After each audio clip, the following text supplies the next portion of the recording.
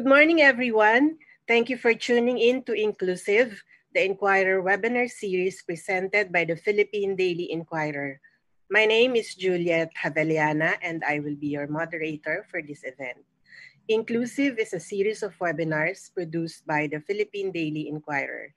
This is streamed live on Inquirer.net's Facebook page, and we invite everyone to join our discussion by posting your comments online.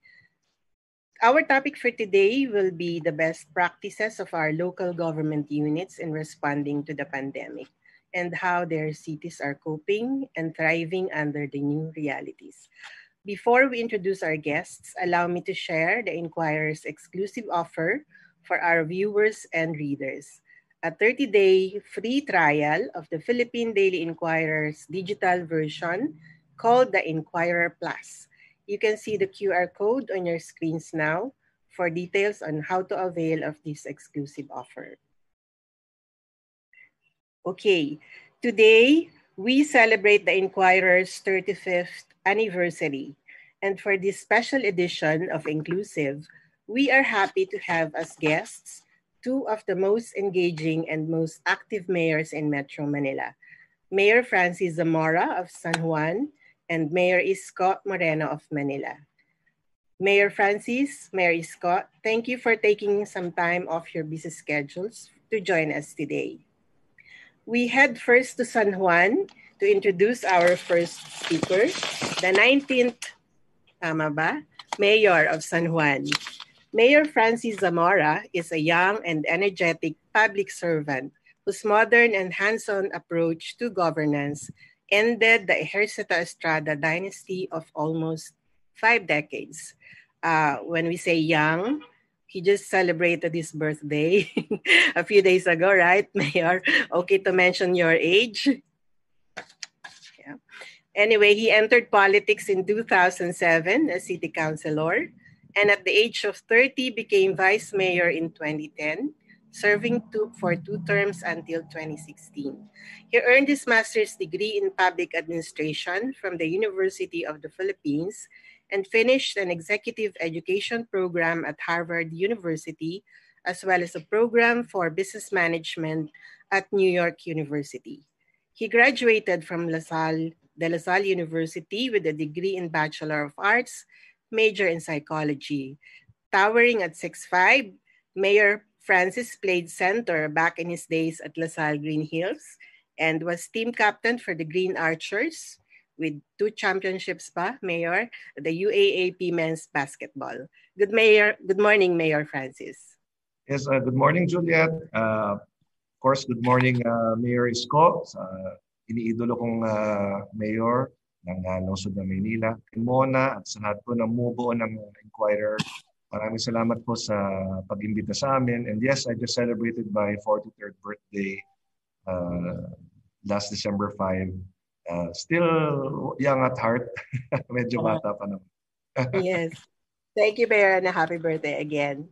So if Mayor Francis is Francisco Javier, our next guest is also Francisco, but now more popularly known as Mayor Isko Moreno. Mayor Isko started early in politics and became the youngest ever elected city councilor, the youngest ever elected city mayor, and the youngest ever elected mayor of the city of Manila.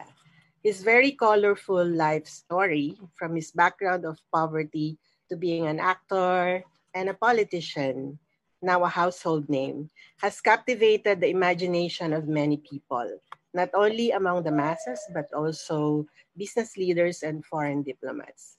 The U.S. Ambassador Sung Kim described him as the total rock star. Mayor Isko was a member of the Sangguniang Panlungsod when he was 23 and served 3 terms as councilor. He was vice mayor of Manila for 9 years, from 2007 to 2016. After serving as vice mayor to former President and Manila Mayor Joseph Estrada, it was sweet victory for Mayor Isko, who was elected the 22nd mayor of the capital city. Quite coincidentally, while one of you is from San Juan and one is from Manila, you both came out against an Estrada. Good morning, Mayor Isko. You can greet our audience now. Hi, Juliet. Magandang umaga sa iyo at sa mga staff natin dyan sa Inquirer. Happy 35th anniversary sa inyong lahat, sa inyong matagumpay na taon ng pagpapahayag ng mga balita at makatotohanang balita at fair na balita. At sa akin, Tokayo, happy birthday, Tokayo, Mayor Francis. Happy birthday sa iyo. Marami kaming commonalities ni Mayor Francis Zamora. Sabi nga ni Juliet. Sa atin din mga viewers na nanonood ngayon, sa mga followers ng Inquirer, welcome to sa Inclusive. At we'll try to address as many questions as possible. Okay. Thank you, Mayors. So we'll go to our first question.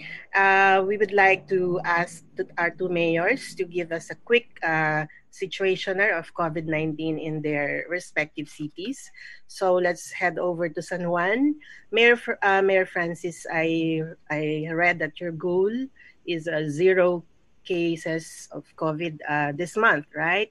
Where are we in that target, Mayor? Hey, Juliet, if I may share, as of December 8th, our active cases are down to just 46. So with 46 active cases and 3,297 recoveries, we are just 46 cases away from achieving 0. Of course, 0 is very, very difficult. I will not pretend that it's easy. But if you do the math, last September, we had 680 cases, and in the last 2 months, we have been below 100. So we are just trying to really bring this number even lower. Of course, the challenge is the Christmas season. And nandiyan yung Kapaskuhan, and we are experiencing, of course, an increase in volume of people who are going out. And this is really expected because after 9 months of being under community quarantine, itong Pasko talagang inaabangan ng mga mamamayan natin na kahit papano bumalik sa medyo normal yung buhay. Of course, families will celebrate together, communities will do the same. So ito yung challenge. In fact, DILG is very supportive because they help us in terms of how to better prepare for the holidays. LGUs will really have a challenging time, but kaya naman po ito eh. Ang goal ko lang dito really is hindi lang magkaroon ng surge, no? Masustain lang itong 46 namin, plus minus a little cases, we should be okay. So that is where we are right now, and during the course of our webinar, I will share some of our best practices, but I believe that will be later on. Thank you, Mayor. We go to Mayor Isko. Last month, I think you gave 100,000 pesos incentive for 73 COVID-free barangays in the past two months. Are there more barangays, or are you going to give more incentives, Mayor? And can you give us a quick rundown of where you stand now in terms of number of COVID cases in Manila? Mayor Isko.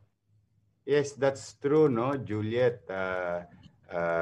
We challenge our barangay to really participate and cooperate in our plan since day one, which is code, no, contain and delay.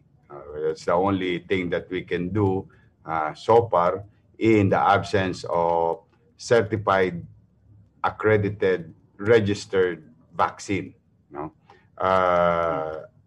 And I'm grateful to those barangay who really participated.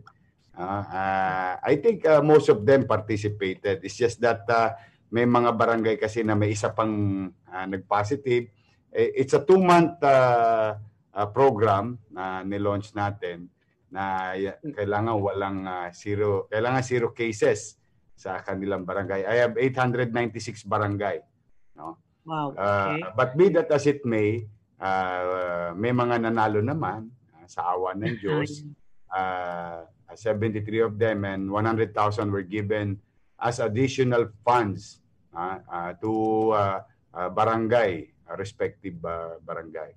Then ngayon nag-extend kami, naggawa kami ng panibago December 1 to January 31. Inulit namin. So yung 73 barangay, kapag na-zero ulit nila, may additional silang 100,000. So 200,000 na mapapanalunan nila.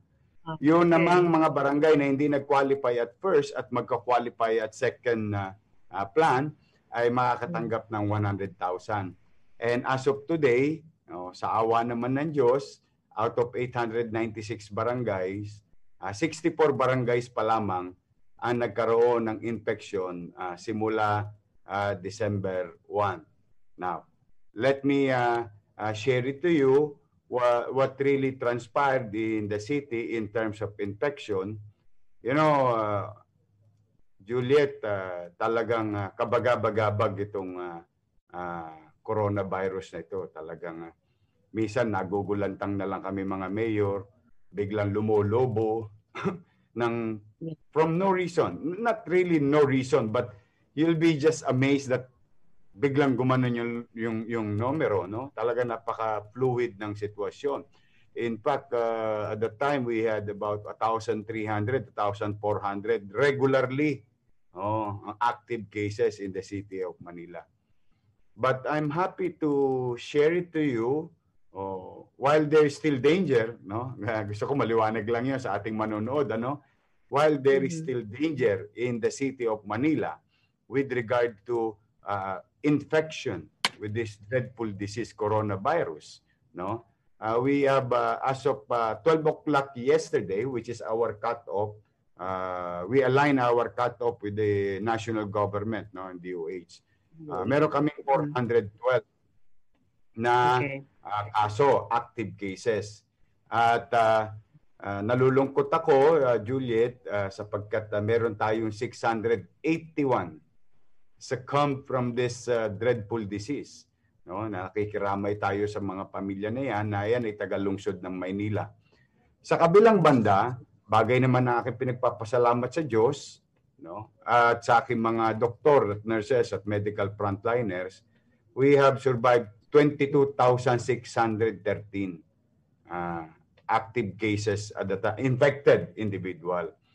So, as you can see, no, Manila is a very challenging city in such a way, comparatively to other cities, with due respect to other cities, because we are the center of commerce, no?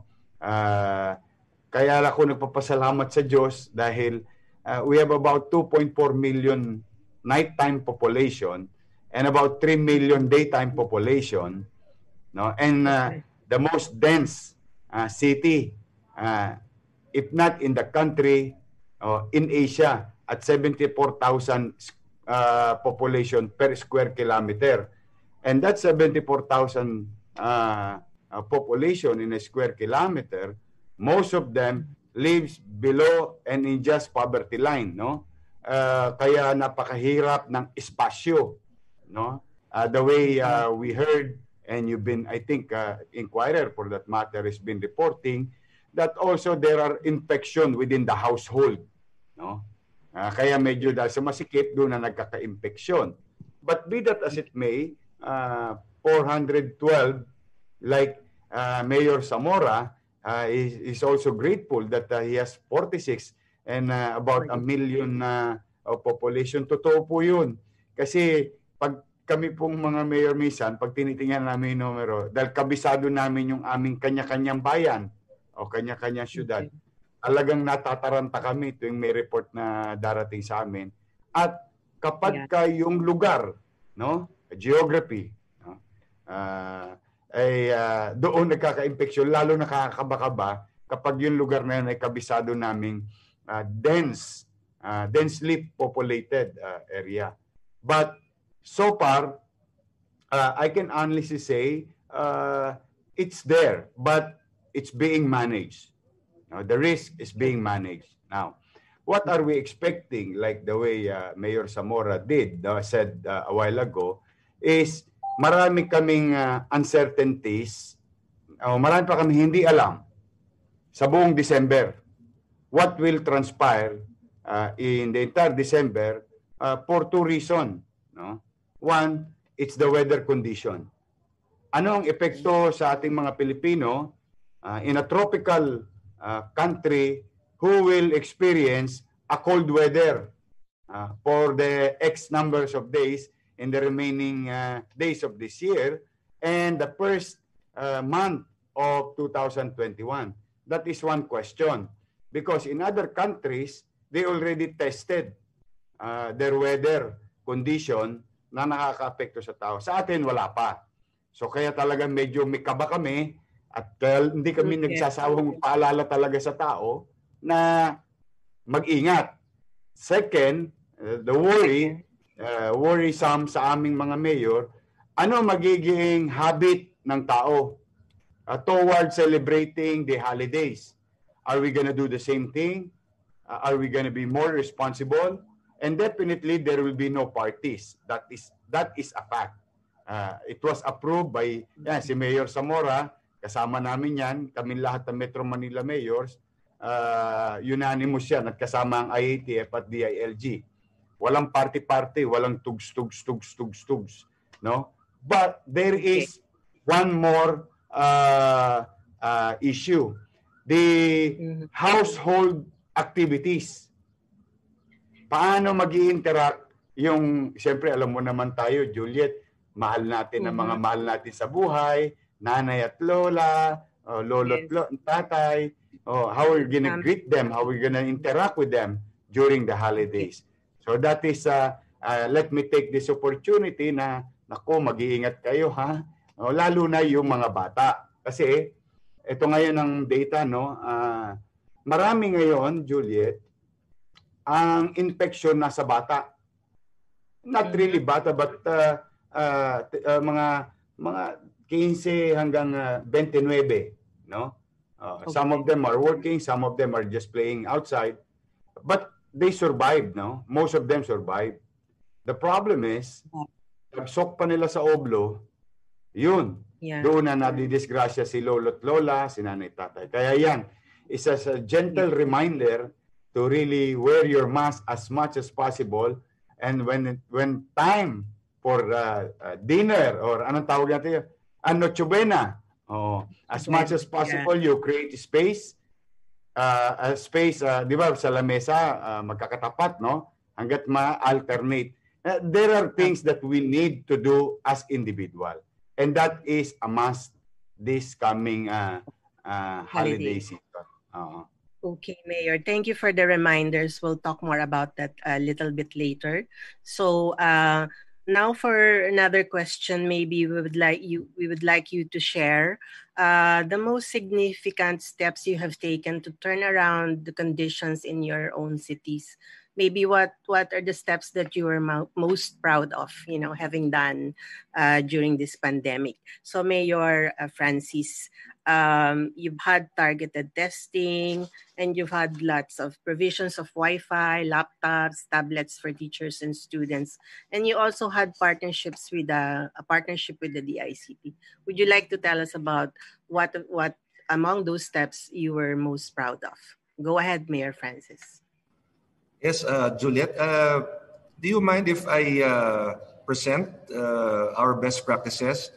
The items you mentioned are part of this already, but there are also some best practices which I can share.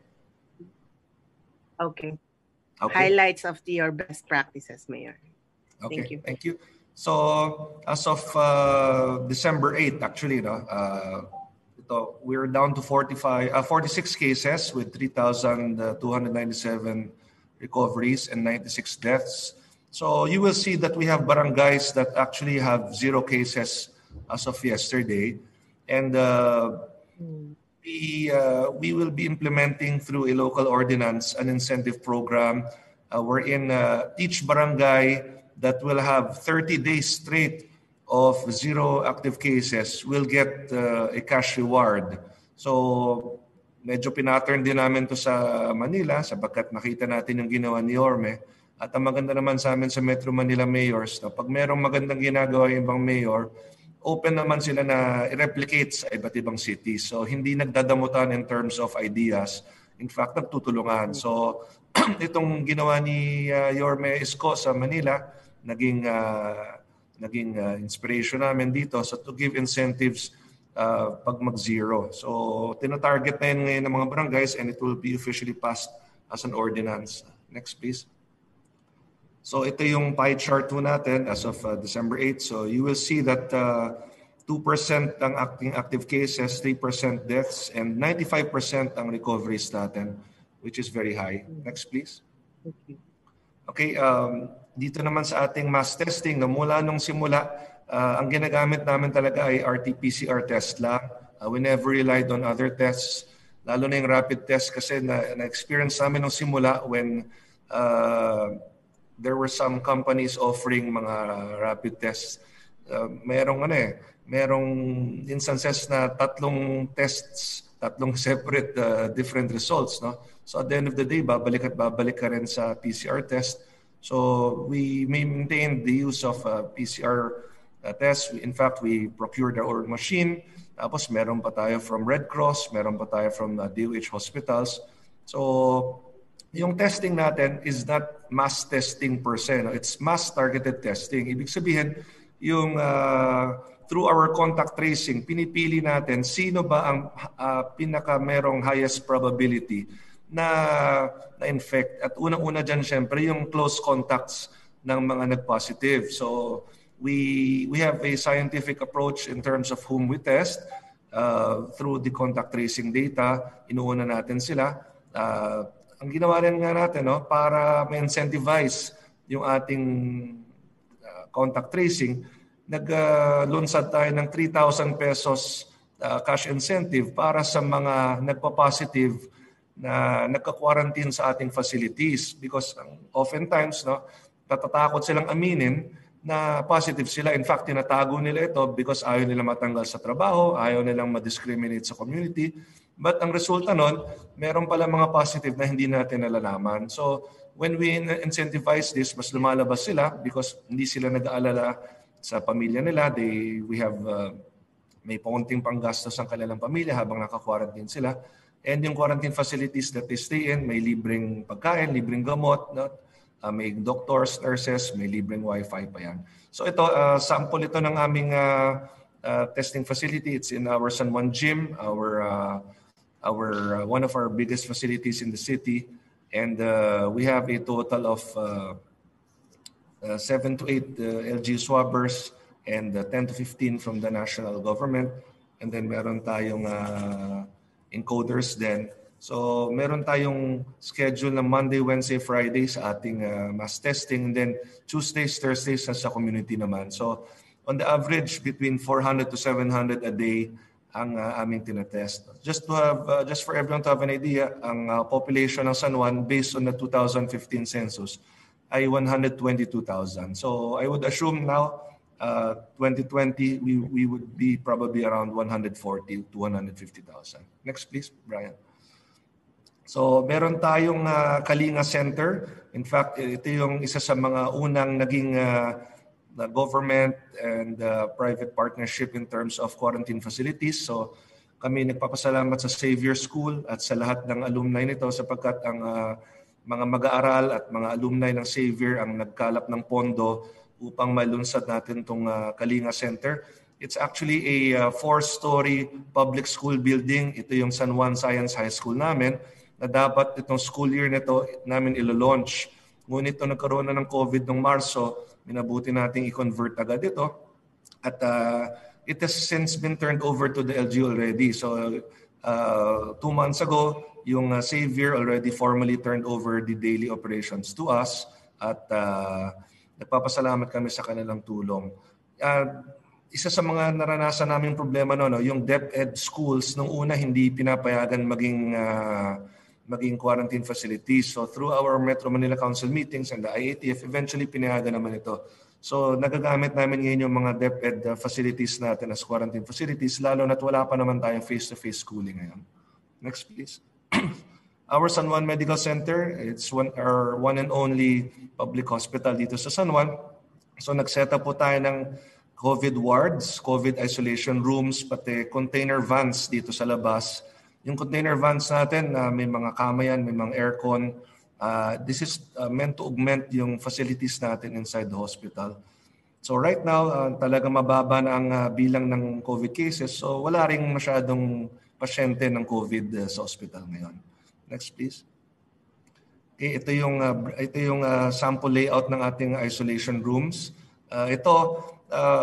Juliet, for the information of everyone, yung nakarang administration kasi, the former mayor and her administration, they were not able to complete the renovation and reconstruction ng hospital. So nung nangyari itong COVID, we had to rush double time dahil yung building na hindi nila natapos nung pagbaba ng kanilang administrasyon, we had to relay out this building in order to serve as our COVID facility. So nagawa naman natin to agad-agad. We have a very good medical director, si Dr. General Acosta, dating Surgeon General ng AFP. So yung experience in terms of handling government hospitals is very vast. Next, please. Okay, ito, sample pa rin ng breakdown natin. No? We make sure na hindi nagkakahawa-hawa yung mga COVID patients vis-a-vis yung ibang mga pasyente natin, lalo na yung mga health workers at frontliners. Next, please. Ito yung sample ng container vans natin. Tinulungan ho tayo ng EEI Corporation, of course, owned by the Yuchenko family. So, malaking bagay ito. Itong nakikita nyo is just one of many within the complex of our hospital. Next, please. So ito, yun yung ating entry point ng hospital kung kinakailangan ka magpa-confine due to COVID. Next, please. Okay, so meron tayong nagbigay rin tayo ng incentives for all our medical frontliners. It's 5,000 pesos cash incentive. And 3,000 pesos naman for non-medical frontliners. This is on top of their salaries and allowances. Kung naalala ninyo, there was a time na humingi ng time out muna yung mga frontliners natin. And we thought of these incentives to further motivate them kasi alam naman natin, araw-araw talagang COVID na lang ang hinaharap. No? So yung mga malilit na bagay to further motivate them, further encourage them to keep on going na ginagawa natin, so such as free Wi-Fi sa hospital, libreng pagkain, libreng mga bicycles. In fact, yung paaralan katabi ng hospital, ginawa naming living quarters ng medical frontliners. So they can opt not to go home anymore.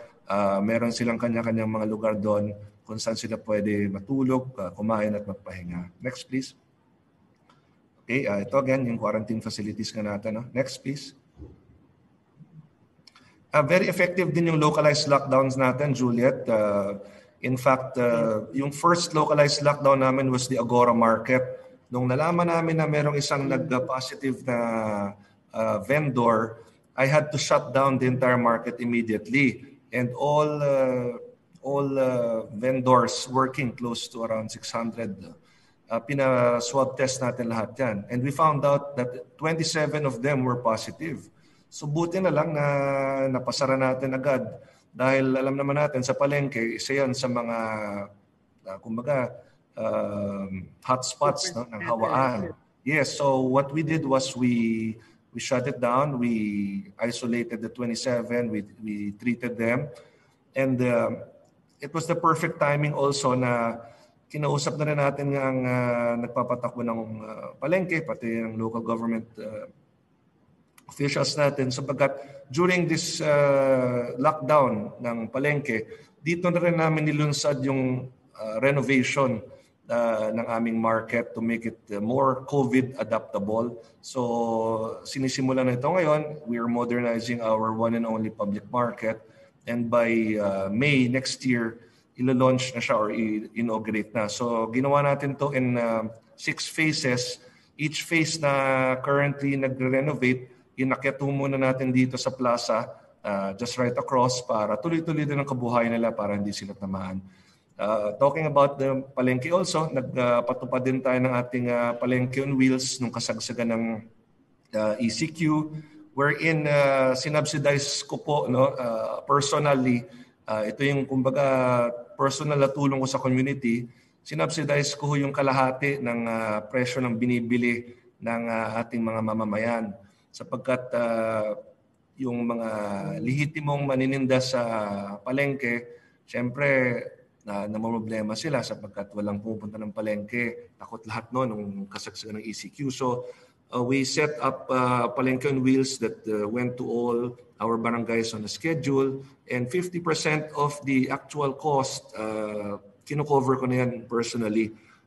Kaya discounted po yung binibiling produkto, no? Yung mga karne, yung gulay, manok, very discounted.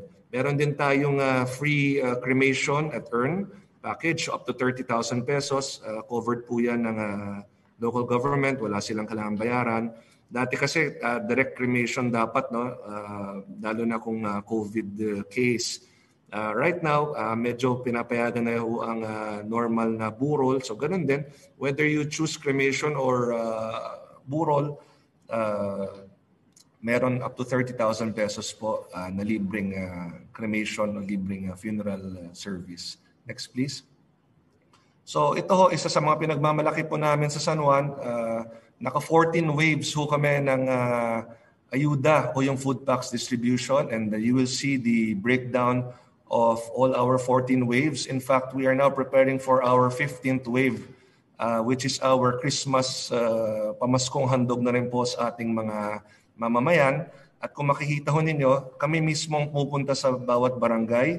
Hindi ho namin sila pinapapunta sa City Hall sapagkat that will just cause massive lines. So ang ginagawa ho namin, I personally go around all the barangays at namamahagi ho kami nito. Since 14 times na ho namin ito ginawa, kabisado na ho namin kung ilan ang pamilya sa kada household. In fact, ito nakikita nyo, merong mga monoblock na nasa labas.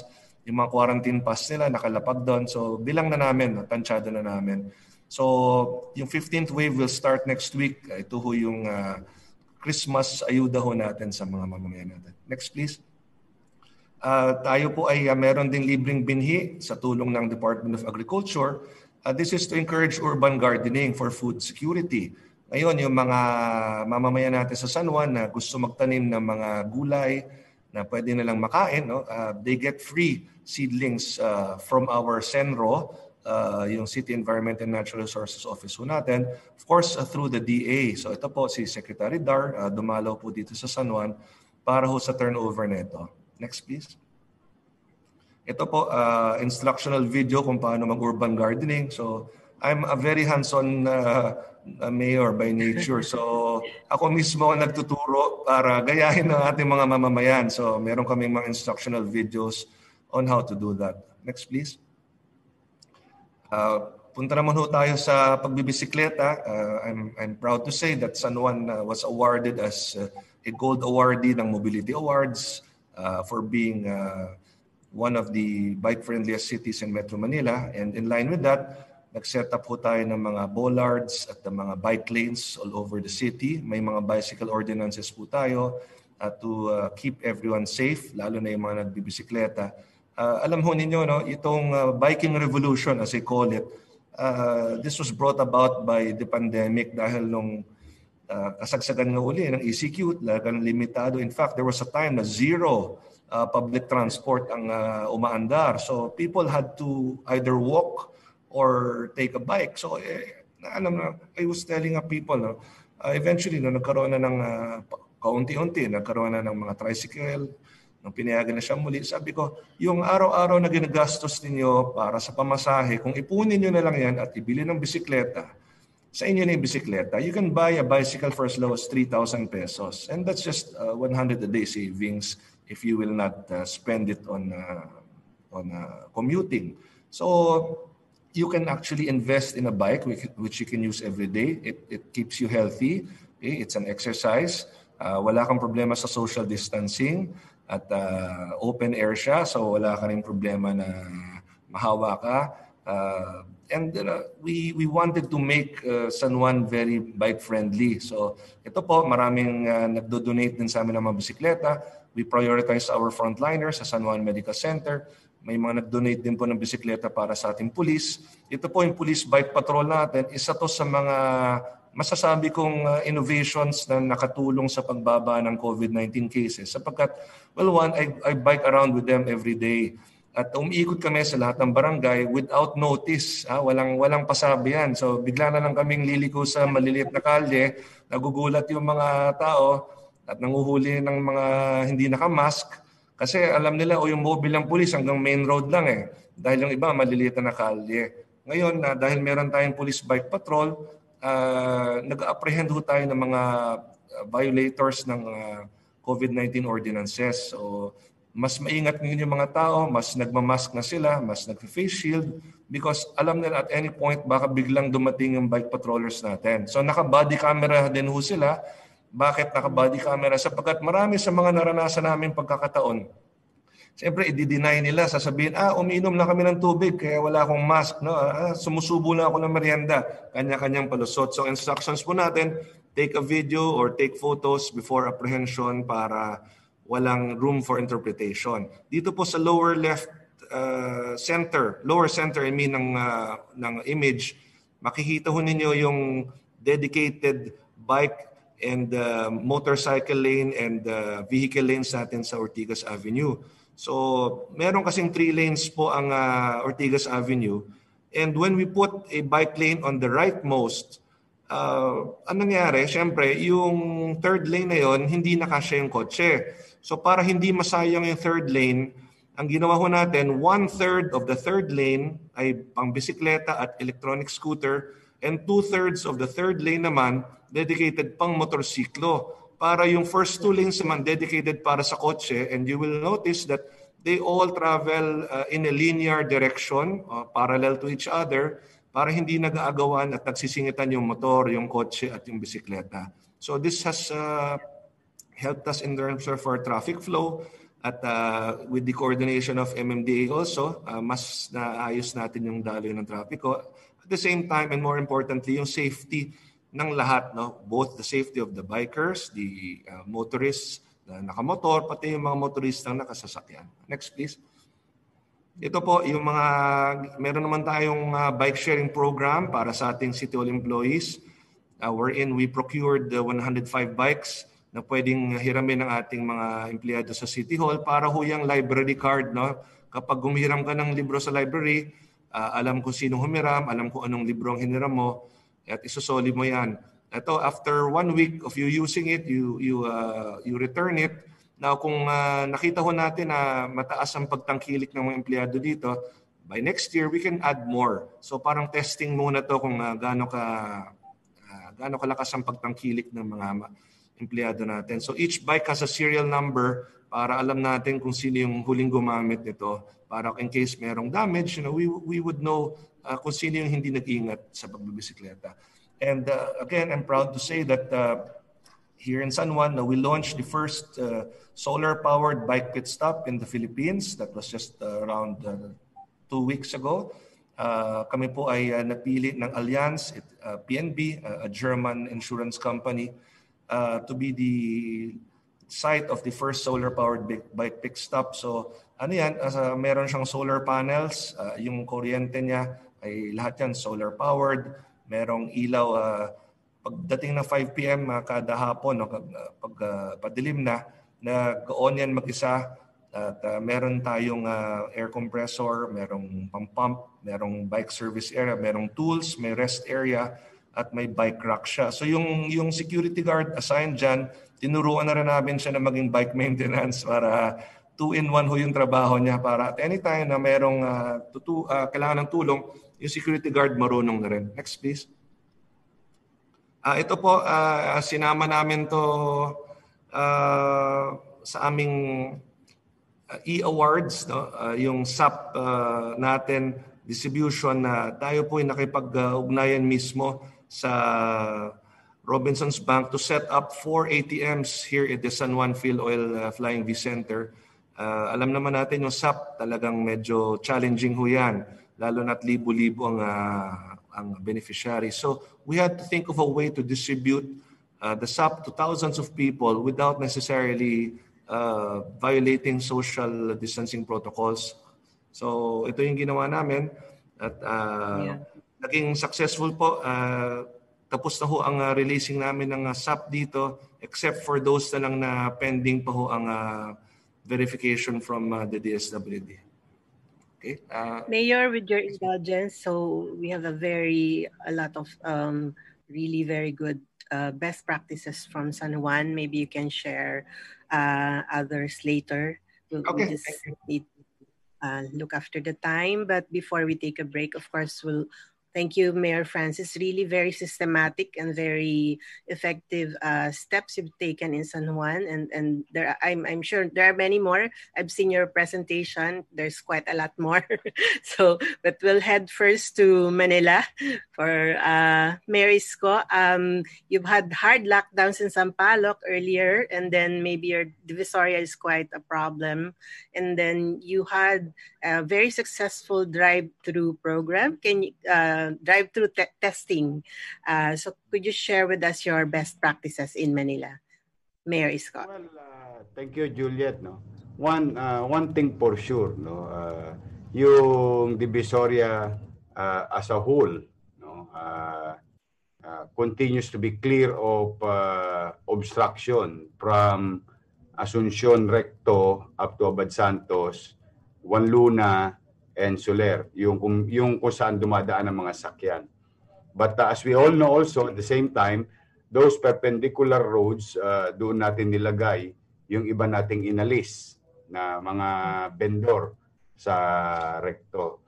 At ang Divisoria talaga, as a whole, as a Divisoria, is a common knowledge that it is a wholesale and dealership area.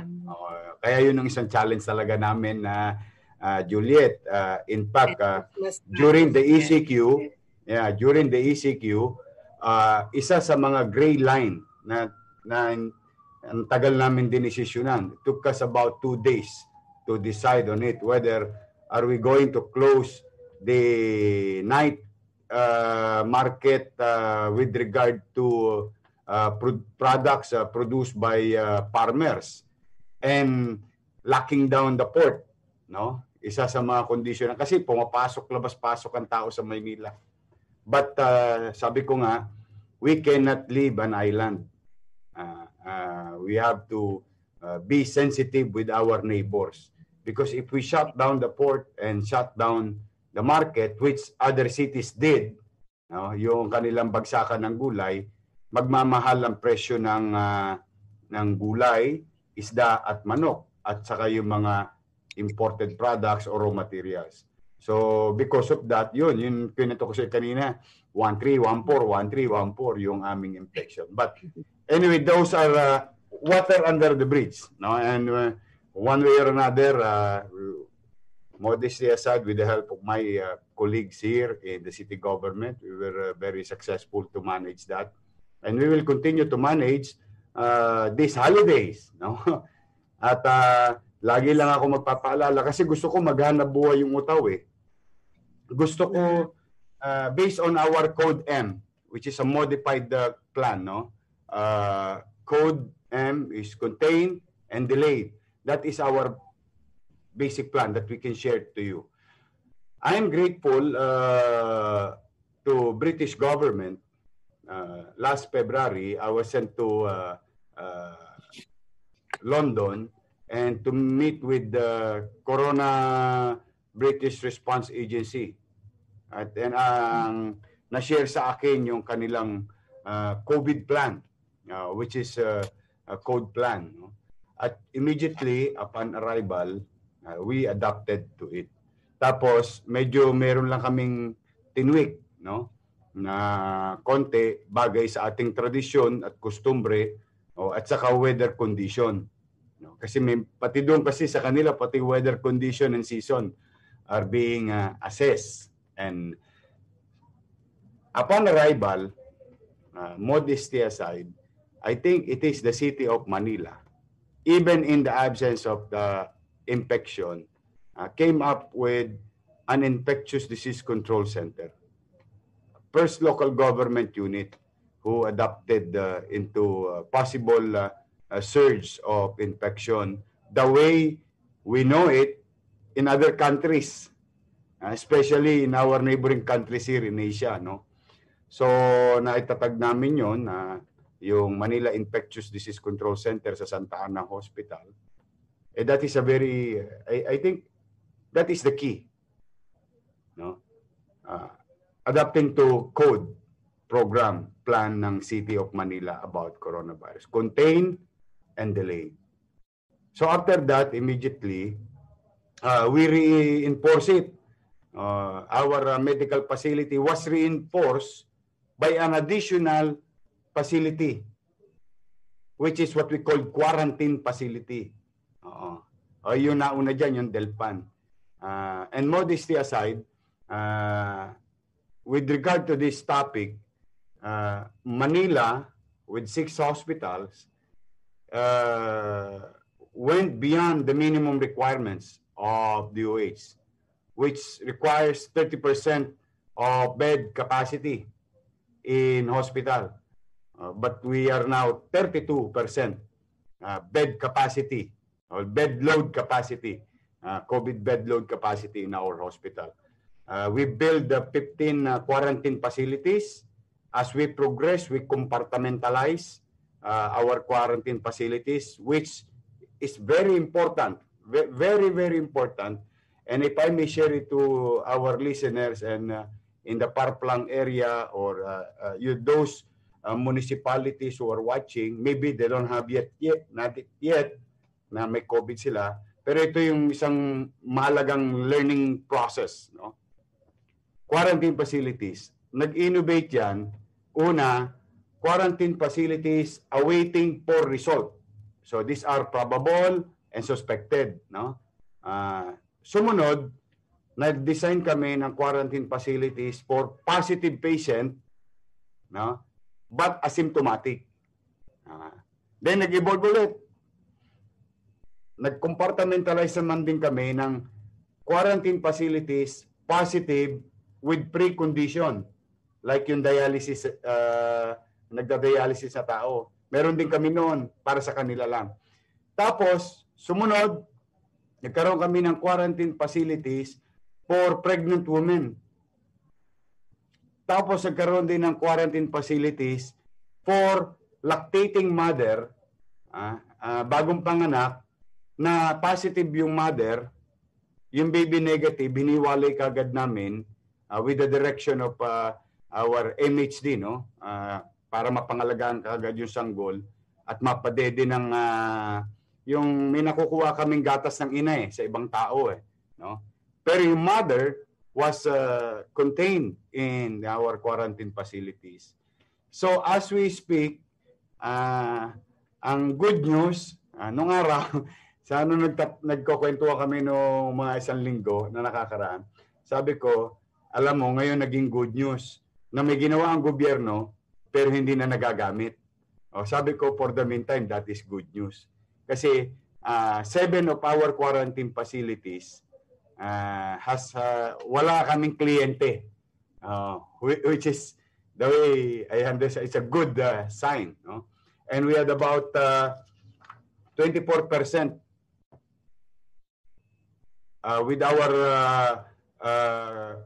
occupancy in our hospital. We have about 291 COVID bed capacity in our hospital and almost 600 COVID bed capacity with our quarantine, all combined. And we only have about 36% with those quarantine facility. So yun yung tingin kong isang lesson na pwedeng ma-share of all other programs. Ang dami namin ginawang batas, ayuda, and all other things. But these are what we call the seasoning. No, yung pampasarap. No? But we really try to focus on issues that matters. How are we going to contain a person as soon as possible? And the only way to confirm it, which I think everybody agrees, is to do an official gold standard of testing. While we in the city of Manila came up with serology testing, because this is a laboratory testing. It gave us 99.6 specificity and 100% sensitivity. And that is technical and scientifically proven. But we did not stop there. No, it was made available to everyone. Lahat pwede pumunta sa Manila magpa-test libre. But those Manilans who will turn positive on the serology, which we are utilizing as our zero prevalence or zero surveillance, where we can see the heat map of the infection, of possible infection. Then we approach. Kaya nakikita mo, nag-ano kami, mass swab testing on a particular community.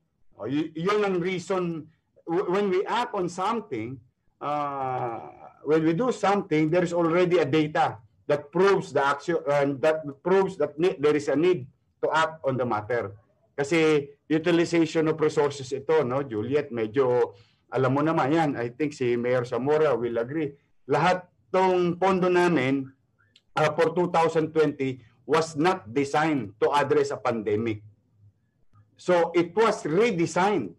And I would like to take this opportunity to be grateful to, I'm grateful to Vice Mayor Hani Lacuna and the members of the City Council, because I think sa buong buhay ko sa paggogobyerno sa lungsod ng Maynila, ngayon lang ako nakakita na ang isang lokal na pamahalaan, siguro ang naipasang ordinansa namin, more than 50 in a matter of 10 months.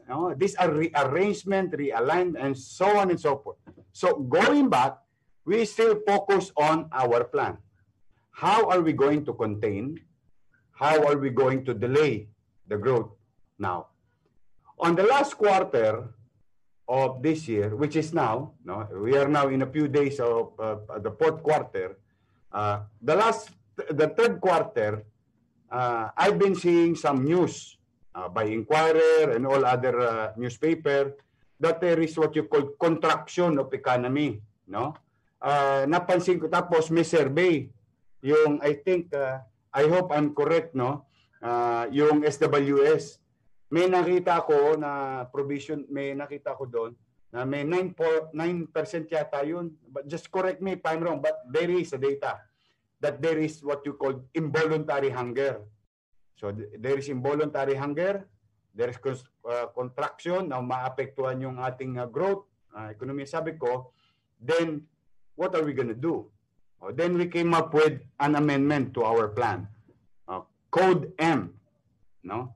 Code M stands for the same, contain and delay the COVID. M stands for mitigate the socio-economic impact of the COVID-19 to our community.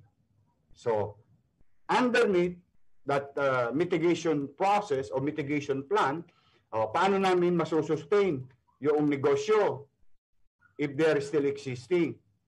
How can we help them survive so that we can continue to protect whatever is left? And at the same manner, to provide more opportunities to every families with regard to their family members who able can still continue to do their job or employment. No? Ito yung pinakamalaking challenge ngayon, Juliet. We've learned so much with COVID-19. Our doctors were sobrang galing. I think it goes to everybody. They learn so fast. That's why, as you can see, even in the national data, there is high rate of surviving. But there is death. Death is death. Every life is valuable. But there is no playbook about this pandemic. But what matters most is the data that our frontliners, medical frontliners, are doing their job and learning fast.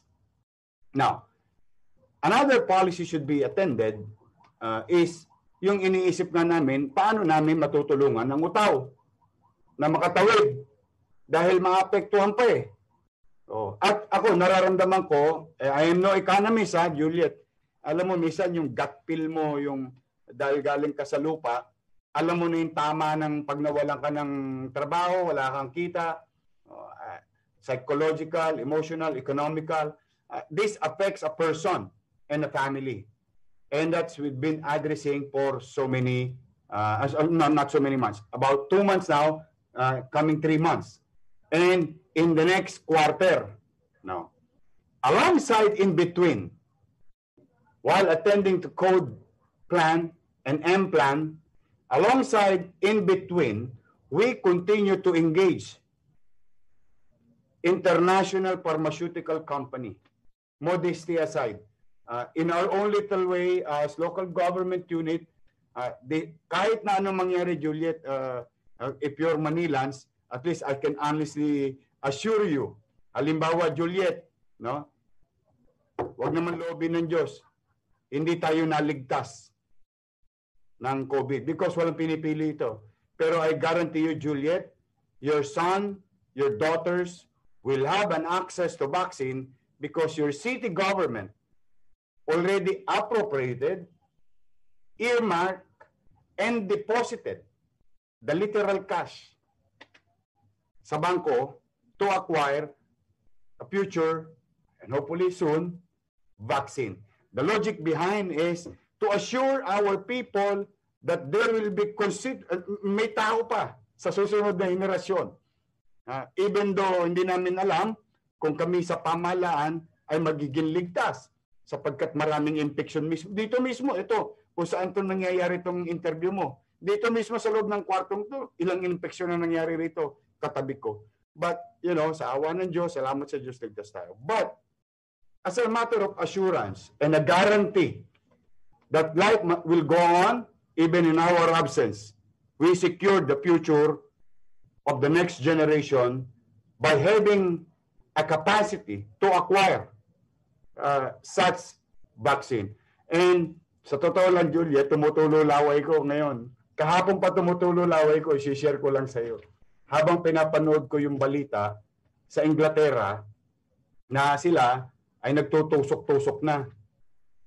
Sa totoo lang, kasi kausap ko yung AstraZeneca, kausap ko yung Pfizer for so many months now. And naano lang ako ba na sana nga talagang magkaroon tayo ng opportunity ASAP. Kasi ang understanding ko dyan, although I am no specialist, I am no scientist, no? Yung BioNTech is a company. I think it's correct me if I'm wrong, Juliet. BioNTech is from Germany and Pfizer is from America.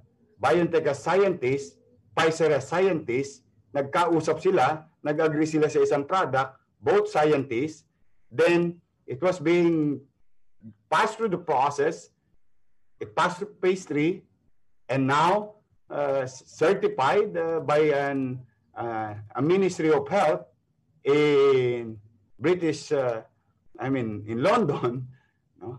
At tinutusok na nila sa utao. And they have also scientists. So ako nangihinayang ako, Juliet, kasi ganito yon. Tingnan mo, Juliet, 681.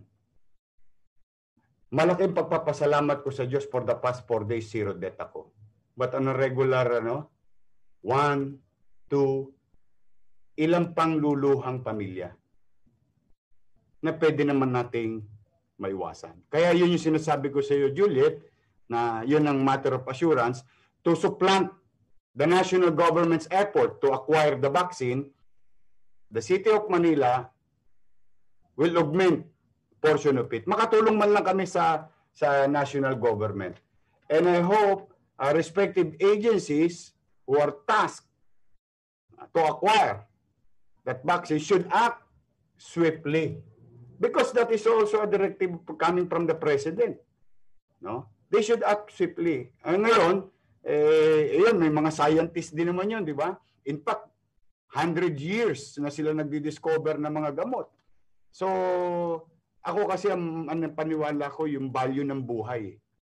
Kasi yung ekonomiya, yung pera na wala, babawi natin yan. Pero yung buhay, pag nawala na, wala na yan. Malungkot na bahagi yan. So, code, tapos papunta kami ngayon sa how can we give opportunity, how can we tolerate and manage the risk, what is tolerable, and what can be managed, and up to what level of risk that we can tolerate based on our capacity to be ahead of the numbers in terms of kakayanan. against sa infection. So nandito na kami sa panahon ngayon, Juliet, just to share to our viewers, buhay at kabuhayan. So yan ang buong konsepto na ang aming approach sa COVID-19. And let me take this again. Sayang opportunity. Thank you for the people of Manila. Thank you very much sa mga mamamayan namin na although may ilang tolongges, may ilang pa rin mga gasmati ang ulo, pero generally, they are really complying and they know already, adapted already to the new normal and wearing a proper gear to keep themselves safe. Yun lang. Thank you, Mayor. Really very inspiring story and good leadership. I'm sure your constituents really appreciate that you're their mayor at this time. What a time to be a mayor. So we have a few minutes left. Gusto ko sinabi mo, what a time to be a mayor. Yes. I think it goes to every mayor. Whether anong edad, anong Mayor Francis. Kaliro kami lahat dito, I think. Mayor Francis will agree with this. Wala talaga, Juliet. It's a fluid situation, but you know, history will teach us. No, history will teach us. In a battle, in a war, stagnation you will be killed in the middle of the battlefield. But movement will give you high probability of survival. You're learning from those books and histories and other reference. Yun lang, adaptation, puro adapt. Kopya-kopya ba, Juliet? Pero totoo yung sinabi mo kanina. Walang mayor-mayor dito, walang presidente-presidente dito. Ang hirap talaga ng sitwasyon. Yes, and really this pandemic, mayors, we really appreciated the importance of electing the right LGUs, right? So sometimes we're comparing what ayuda from my city to your city. So really, it's your time to shine. The local officials like mayors, you had a time to keep our break because we only have a few minutes. So I'll go into a very important question. We'll go back to Mayor Francis. Maybe at least, I think your residents would want to know what to look forward to in 2021, which is like in a few weeks. We're all looking forward to the end of 2020, and we're hoping for a kinder 2021. Mayor Francis, what would be your focus for starting this January after we celebrate these holidays? And what can the residents of San Juan look forward to? Yes, Juliet, isa sa mga challenges natin ngayon, which is brought about by the pandemic, yung distance learning. Alam naman natin, online classes po ngayon yung mga mag-aaral natin. And I'm happy to share to everyone na yung ating pong programa with DICT ay magkakaroon na ng full rollout by January. Ano ho ito? Actually, San Juan was chosen as the pilot city for DICT's Free Wi-Fi for All program. Ito po ay nangyari pre-pandemic. So hindi po ito konektado anuman sa COVID-19. Kami po ay pumirma ng kasunduan ni Secretary Onasan, DICT Secretary natin, para maging smart city po ang lungsod ng San Juan. And part of this is the provision of gadgets, specifically 13,000 tablets and 1,000 laptops for all our San Juanenyo public school students. So ang lahat po ng San Juanenyo public school students studying in San Juan public schools, living in San Juan, they will all get tablets. So from kinder hanggang grade 12 yan. Pero ang pinaglabanan ng elementary school, sila naman po ay a pilot school ng DICT para naman sa digital learning. Sila naman po ay lahat tatanggap ng laptops. Actually, grade 3 to 6, ng pinaglabanan ng elementary school at meron silang free pocket Wi-Fi. At ang sunod na tanong, Mayor, paano ho yan? May gadget na kami. Wala naman kaming internet. So, yung aming local school board po, kumuha ho kami ng pondo sa local school board para pondohan po yung fiber optic internet connection, which is ongoing na po. Alam na mga public school students natin yan. Isa-isang kinakabitan na ho ng mga modem yung mga tahanan nila. So all households of public school students kakabitan po ng ng fiber optic internet connection. But let me clarify now, yung fiber optic internet connection natin, this is for online education. So hindi ito para sa Netflix, hindi ito para sa streaming ng mga pelikula o ano bang mga social media activities. This is specifically for distance learning at meron tayong tinatawag na LMS o yung Learning Module System. It's an app na dito manggagaling yung pagtuturo ng public school teachers natin going towards each household na meron hong modem. So we are connecting close to 8,000 modems, no, to 8,000 households for 13,000 public school students. Bakit 13,000 ng public school students? Yung iba 8,000 lang, tas 8,000 ng bahay. Because yung iba ho, magkakapatid. So pag magkakapatid, they will now share from the internet connection. So that is something that our public school students in San Juan can look forward to.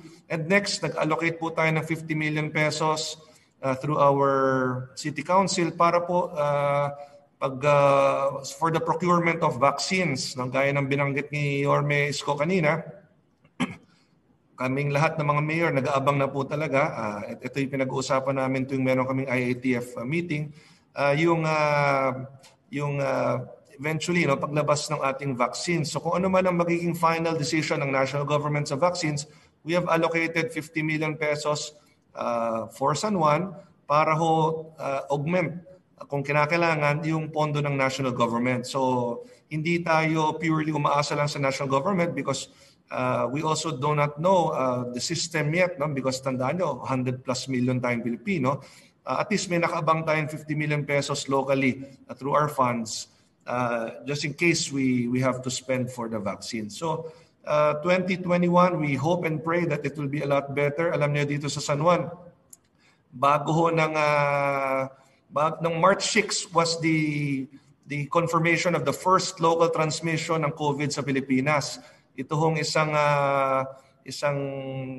Pilipino taga ibang bayan, no, not from San Juan, na madalas pumupunta sa ating prayer hall dito sa Green Hills Shopping Center. Siya ang first confirmed local transmission in the Philippines. So it has been a challenge for San Juan. 4 days before that, nagkaroon kami ng hostage-taking crisis dito sa Green Hills din. So sunod-sunod po ang aming mga challenges nitong 2020. So we're looking forward for a better 2021. Thank you, Mayor Francis. Just a quick follow-up. So 50 million, you said 50 million for vaccine.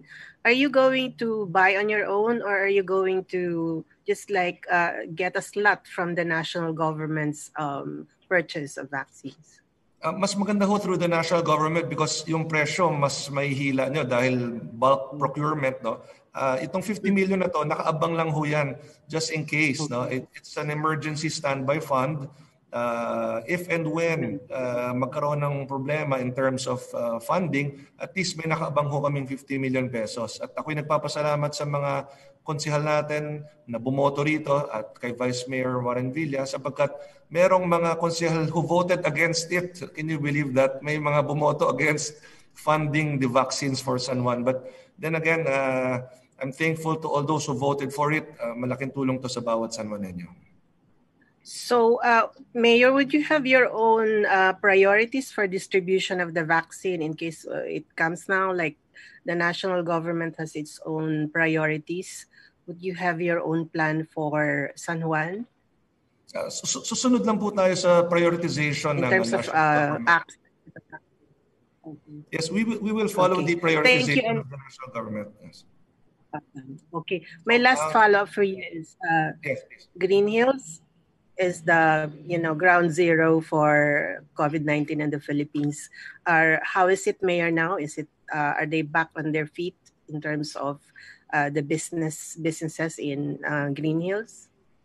Admittedly, talagang nagkaroon ng stigma ang lahat sa Green Hills. No? Like what I mentioned, March 2, hostage-taking crisis. March 6, first local transmission in the Philippines. Both in Green Hills, both exactly in the same area. So talagang ang laki ng economic effect ho nito sa atin. Ngunit ano ho bang ginagawa natin? I personally go and inspect go to and inspect Green Hills Shopping Center because I want everyone to see and feel that it is safe for our shoppers to visit. Ako po, mula nung nagsimula nga tong COVID, naalala nyo, shutdown lahat ng mall. Pero as the ECQ shifted to MECQ noong July, nagbukas na ho ang ating mga negosyo, including the shopping center. We required them to submit return to work plans and certificates of compliance. So hindi ibig sabihin pwede lahat magbukas basta-basta. Medyo may proseso, each stall, each restaurant, each tindahan, ano man ang negosyo niya sa Green Hills, or everywhere in San Juan, they have to submit the return to work plans to be approved by the Business Permits and Licensing Office and by our City Health Office. So alam namin yung pangalan ng bawat empleyado sa bawat tindahan, sila ay nagsisecure ng health pass at health clearance sa ating City Health Office.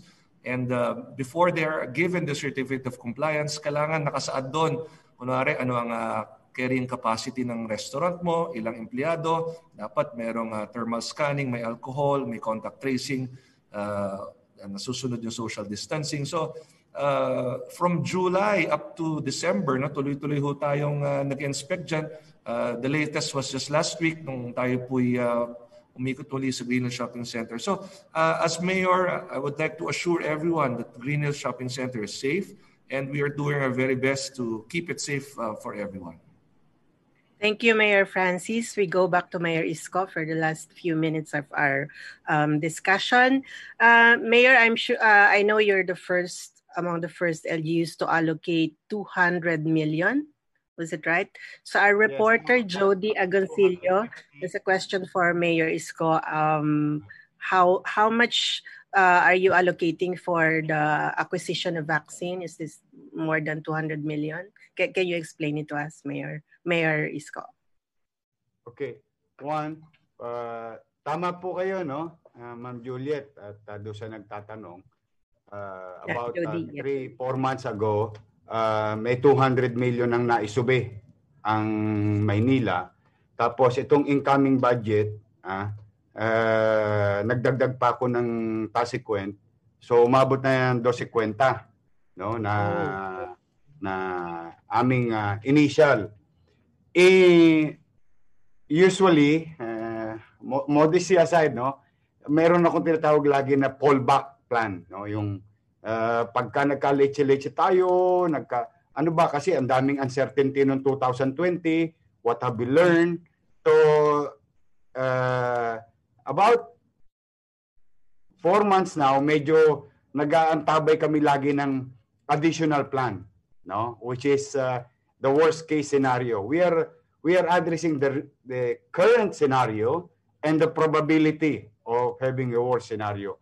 So halimbawa naman, no, wag naman sanang loobin ng Diyos, talagang nagkaroon ng aberyahan ng gusto. In fact, may fallback pa kami, no, na about 1 billion that we can appropriate on top of the 250 million. Kasi ang ginawa namin dyan, Ma'am Juliet, no, kinancel ko lahat yung mga infrastructure sa kalsada. Okay. Patawarin nyo na po ko, mga kababayan, napupunta sa Maynila, baka makaranas kayo ng konting lubak, konting anong tawag dyan, parang moonwalk sa Maynila. Pagpasensya nyo na ako. Alam ko, matitiis nyo yung lubak, matitiis nyo yung kung ano man sa kalsada. As much as possible, we will maintain it. But, yun ang magbabayad ng price we have to pay, no? Yung hindi tayo masyadong komportable. Kinancel ko lahat yun, halos. Generally, hanggat kaya ng canceling sa batas kasi may requirements yan na kailangan pa rin namin gampanan, no? But the bulk of it were put into soft item. And soft items can be rearranged, changed, redirected through the help of, katulad ng binanggit ni Mayor Zamora kanina, through the help of the City Council. I, for one, because of our 18 years experience in local legislation, nakapaglagay tayo ng konting tweak doon na para may elbow room for future need. Because ang ginawa ko kasing approach, Juliet, nakiusap ako sa kanila, sabi ko, tao muna bago kalsada. Diba? Mahirapan tayo ng konti sa kalsada, okay lang yan. Pero kung buhay ang tao, ligtas ang tao, makakapamuhay ng payapa. So yun yung isa naming maaari naming pagkunan pa. So yun ang maaari naming masabi sa ating mga kababayan sa lungsod. What are they going to expect in 2021? Second, we will continue to acquire modern equipment the way we did for the past months. For two clients. One, for our medical frontliners to keep them safe. Kaya meron kami yung PAPR. Nilabas niyo yun sa Inquirer. Naka-PAPR yung aming mga doktor and nurses. And equipment for active cases or our patients in our hospital. That is a guarantee. If there is an existing and going to exist later on na makakatulong masurvive ang buhay ng tao, we will acquire. Third, what do you expect from us? We will continue to pursue discipline, implement things, yung basic rule ng IATF. And inihikayat ko po kayo, mga manonood, tulungan nyo kami ni Mayor Zamora na sumunod sa mga simpleng alituntunin na ito. No? Fourth, I think I'm more optimistic in terms of COVID-19 because there is less uncertainty about COVID-19. Ibig sabihin, let me put that in right perspective, marami na tayong alam about the virus itself, even our doctors. In fact, as we speak, there is already a vaccine to keep our people away from harm or being infected. Andiyan doon na, tinitira na sa Inglaterra eh. Nagkakatusukan na sila roon eh. Di ba? So there is already. So it's a matter of time for 2021. So there will be lesser uncertainty about the coronavirus. Because we know already how not to get infected, and we know already the effects of COVID-19 to a patient, and we know already that there is a vaccine. That is just a matter of time. What is uncertain is how to quantify the socio-economic impact to the people. Trabaho, hanap buhay, negosyo. Yun, we will work hand in hand with other agencies of the national government to get data, and this national data can be adapted. No? Katulad nung ginawa na may survey na may stunting, may malnourishment, may danger for pregnant women because of lesser access to other vitamins. It was addressed because of a data in Manila recently. Because that is the effect of coronavirus to the community. So, ganun na magiging mangyayari sa atin, no? Sa darating na mga araw at buwan, no? And umasa po kayo sa mga taga Maynila at even non-Manilans who will go in and out of the city. Our free mass swab testing will be continue to be free, accessible, and available. And it's free. Ulitin natin free. Kaya kung halimbawa may pangamba kayo, halimbawa medyo may infeksyon kayo, sa tingin nyo para kayong mayroong punta, kasi wala kayong tsapi, wala kayong kinakabahan kayo kung saan kayo magpapatest, welcome po kayo sa Manila. The logic behind it is we wanted to be inclusive in our plan. No? Because this is a universal problem. We cannot say, pabayaan ko si San Juan, pabayaan ako ni San Juan. Hindi. Tulay lang ang pagitan namin, magkakatawiran na yung utaw namin eh. So pwede kong dumihan si San Juan ng impeksyon, pwede rin akong dumihan ni San Juan ng impeksyon. Either way, pag nagbuti si San Juan, nagbuti si Maynila, nagbuti si QC, lahat kami nagbuti-buti, so ang makikinabang utaw. So we really wanted to be inclusive as much as possible in all our programs. This is not about Manilans alone. It is the people. Because infections are brought by the people among each other. And it doesn't distinguish, hindi ka pwede ma-infeksyon kasi batang Maynila ka.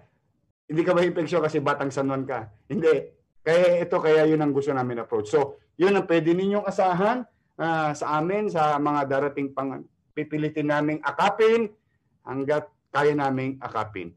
And I would like to congratulate Mayor Zamora na meron din silang yung tablet. No? Your city government, also in the city of Manila, came up with 139,000 tablets for our students and 299,000 SIM card, no?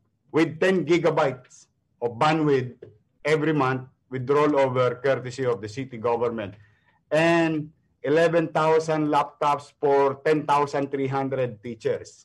So tama po yun. Adaptation, tama po yung ginawa ng San Juan. Kami po lahat, tama po yung sinabi ni Mayor Francis, no, if I may borrow that, na nag-sharean kami ng mga gawain, no, mga pwedeng kopyahin. So umasa kayo, in our case, in the city of Manila, kami po patuloy na magmamasid.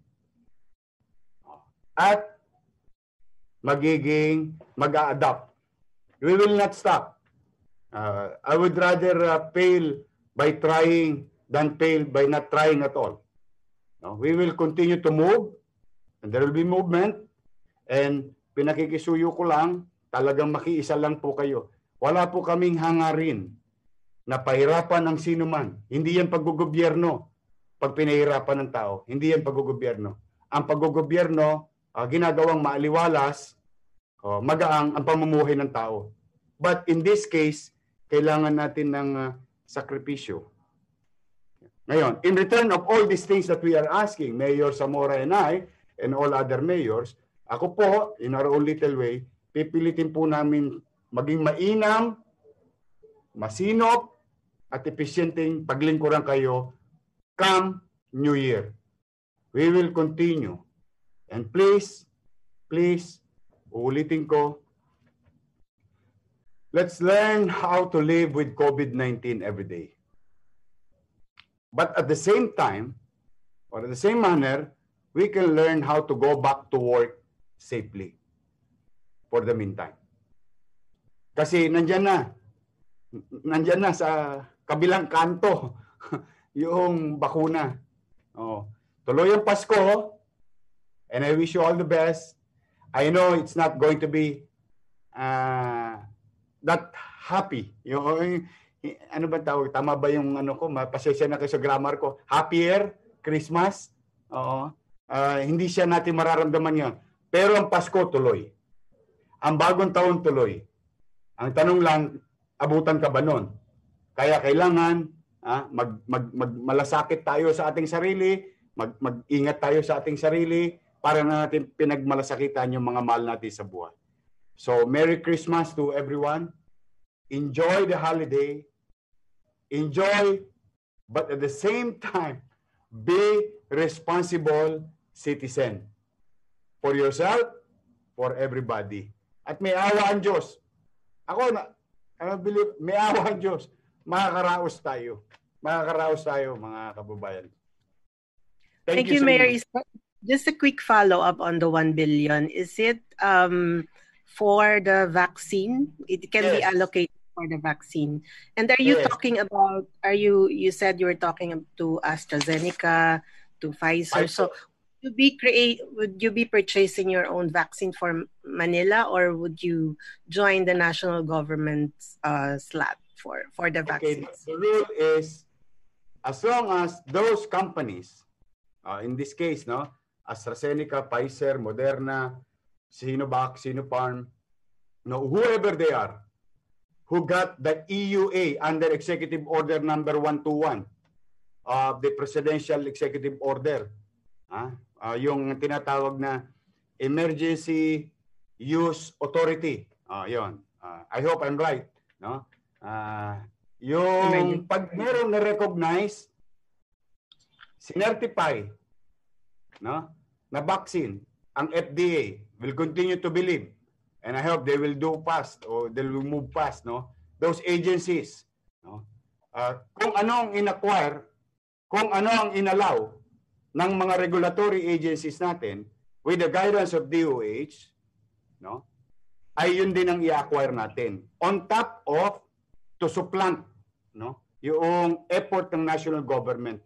So, para kami makatulong man lamang sa maliit naming kaparaanan, no, na hindi na kami maging pabigat sa national government, that we in the local government unit in our own little way, pag pinagsama-sama effort namin, 1,630 plus municipalities and cities, if we are going to act in unison, I think we will achieve what our goal, which is what we call herd immunity.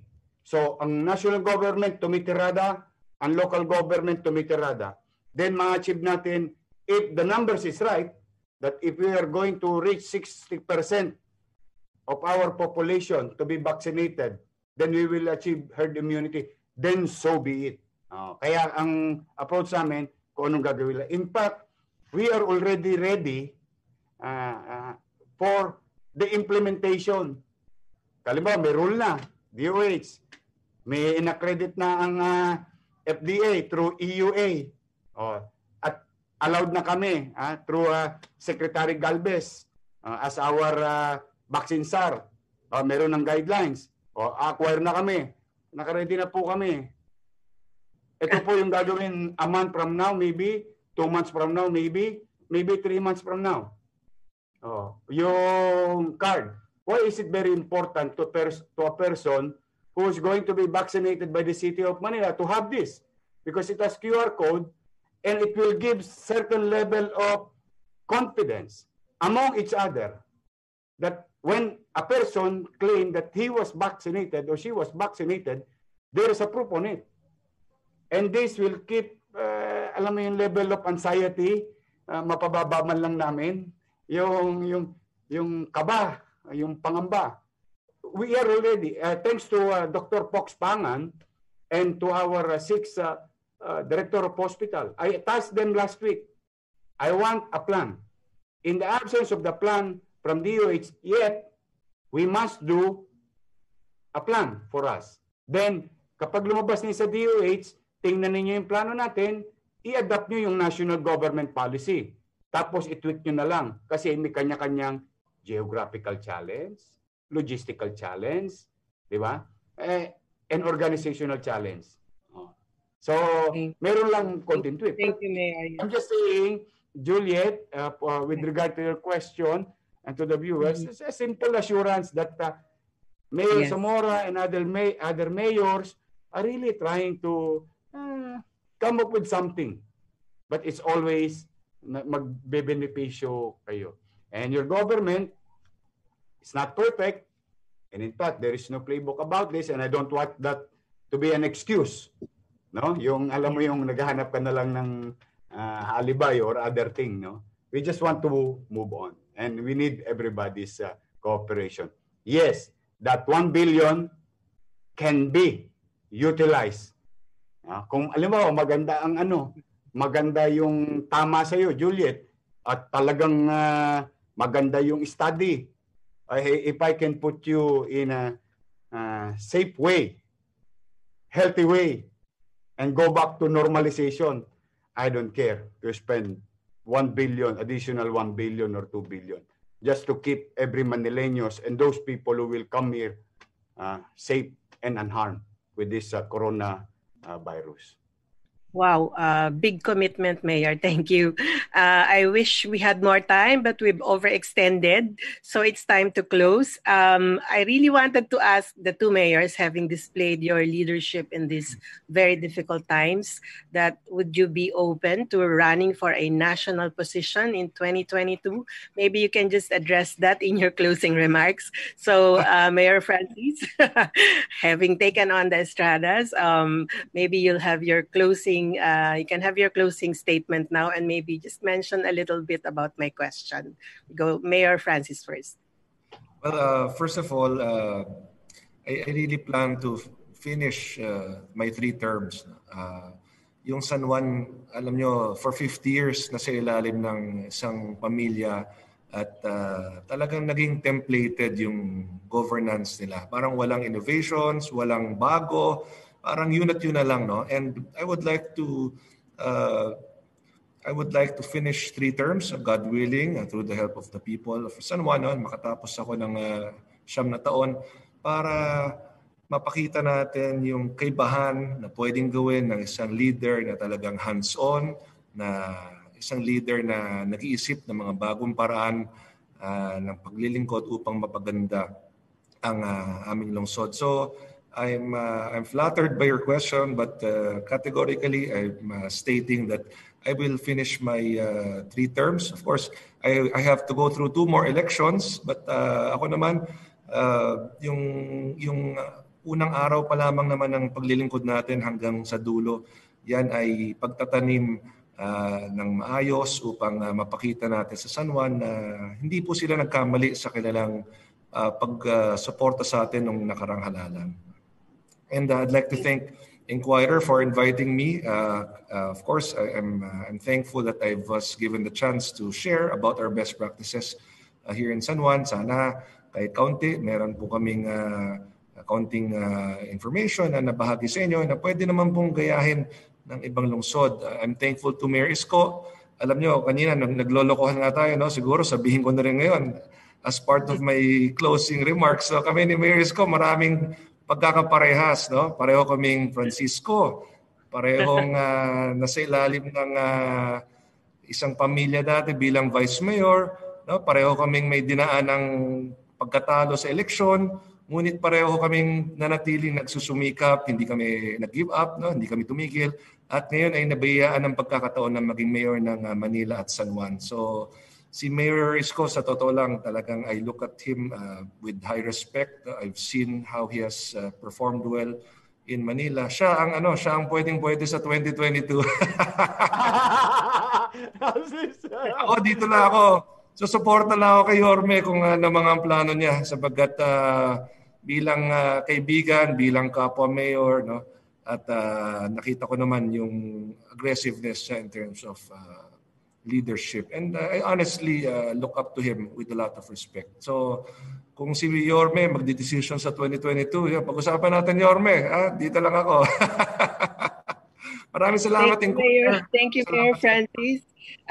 Ayan, Mayor Isko, meron ka ng endorsement. So what would it take for you to run for president in 2022 along with your closing remarks for today? Go ahead, Mayor Isko. Una, no? Thank you, Mayor Francis Tocayo. Mag-iingat ka. I know it's really hard for us to govern hundreds of thousands of people nowadays. Maraming pwedeng lumabas na suliranin. But be that as it may, we must hold on, move on, and I think the people are really expecting more than what is required from us nowadays. Maraming salamat sa magagandang salita mo, Mayor Francis. Pero going back to the question, unang-una, sabi ko nga sa inyo, what is important today? How are we going to react, adapt, address this pandemic? I think more than anything else, kaya yung mga ibang mga politiko dyan, yung mga atat, no? mas nauuna sa kanila yung alam mo yung MEMA, yung MEMA sabi lang. I think yung panawagan ko pa rin mananatili. Upo muna tayo, focus muna tayo, magligtas muna tayo ng tao. Dahil may tiyak na kamatayan eh. May tiyak eh. May kamatayang tiyak. O, kaya kung tayo totoo sa sinumpaan nating tungkulin, no, na sabi natin, maglilingkod tayo ng tapat ng maayos. No? Pangangalagaan ng kapakanan ng bawat tao. Di ba mga salita yun na ginagamit pagka nanunumpa ka? Ito yung panahon na yun ng patunay.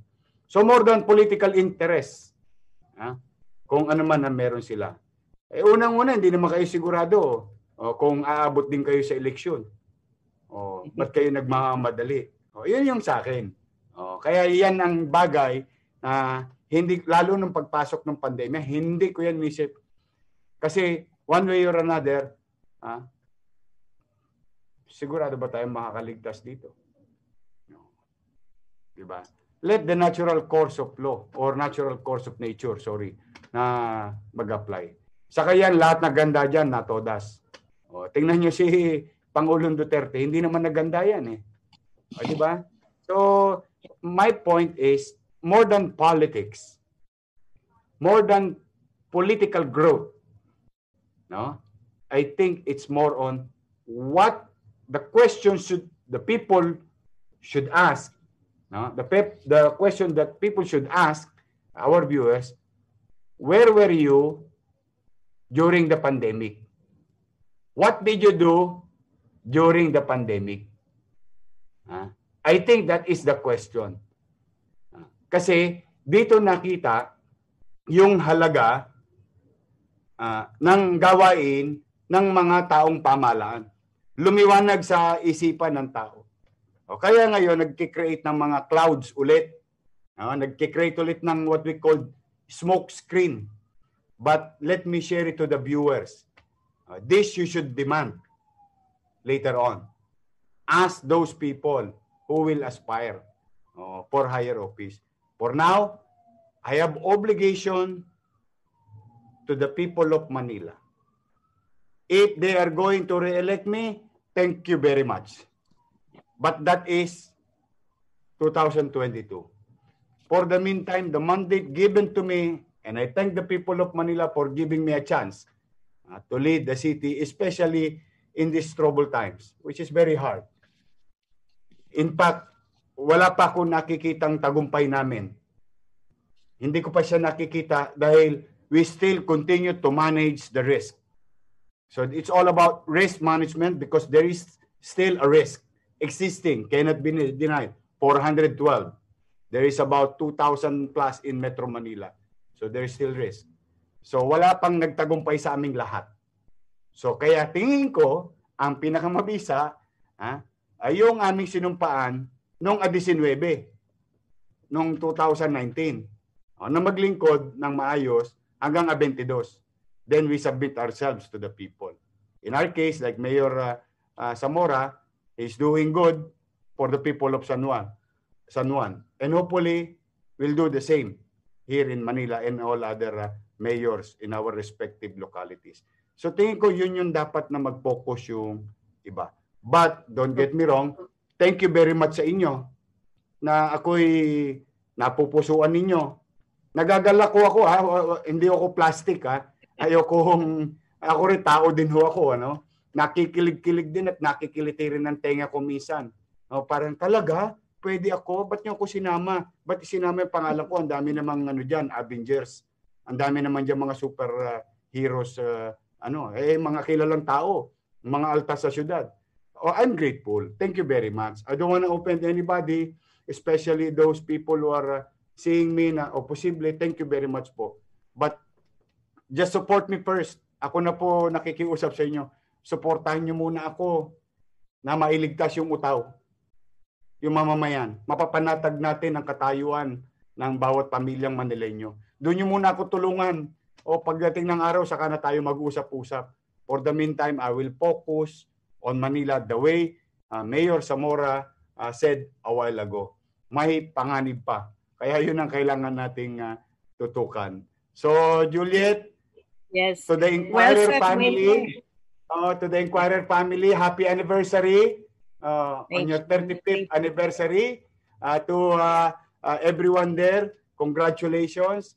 I wish you all the best.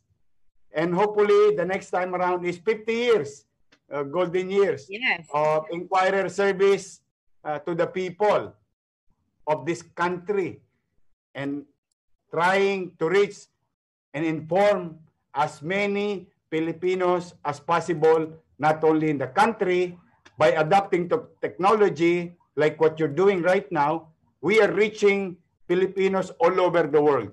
So congratulations to Inquirer, to the team, lahat kayo dyan. Please keep safe at maging matagumpay sana pa yung mga darating nyo pang taon.